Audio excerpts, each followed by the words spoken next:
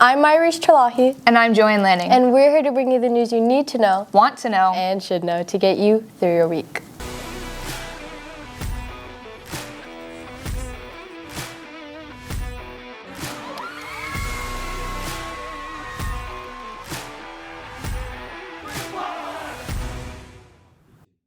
Attention seniors, diploma pickup will be on Friday, June 28th and July 1st through the 3rd from 10 a.m. to 2 p.m. in the PHS foyer. Each graduating senior will be issued 6 free tickets.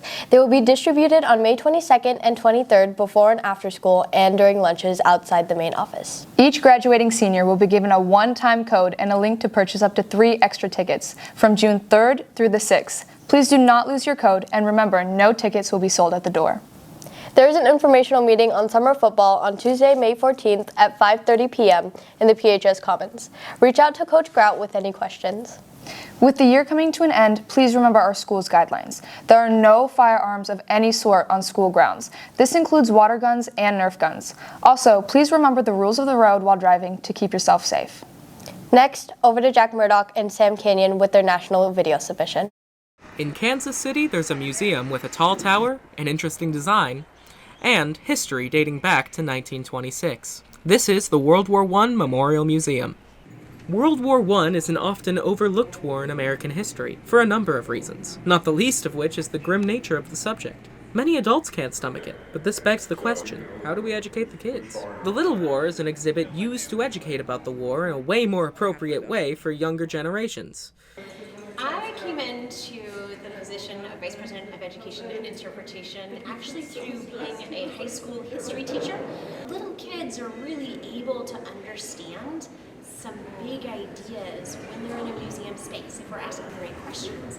And the Little War, they do a great job, that curatorial team around it, of asking some of those really good questions, of making things accessible. As well as giving insight into what the children saw and felt.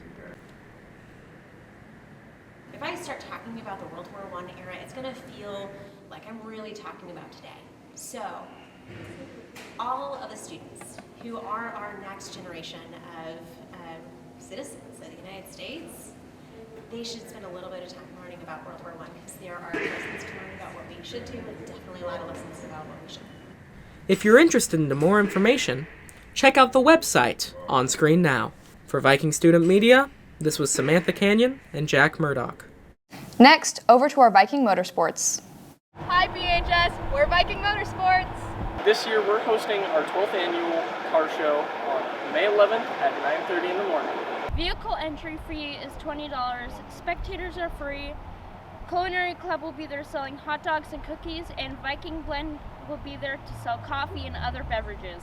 We have 7 categories, including most lifted, most lowered, best paint, new gen, best engine bay, best club car, and hoopty. And then of course, first overall, second overall, and third overall. Last year we had 140 cars show up to our show, and this year we'd love to see you there too. Thanks for listening, guys. Now, over to the sidelines with Maddie Weaver and Jackson Hargis.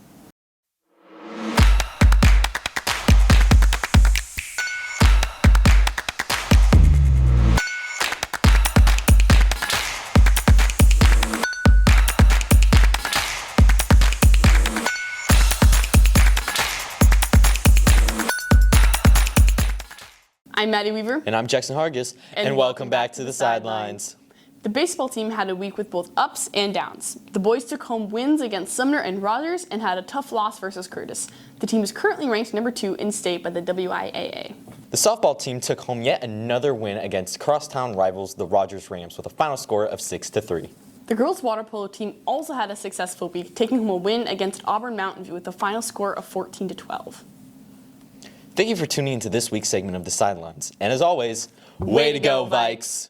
Thanks for tuning in to this week's episode of VNN. Thanks for watching, and remember to stay purple, Vikes!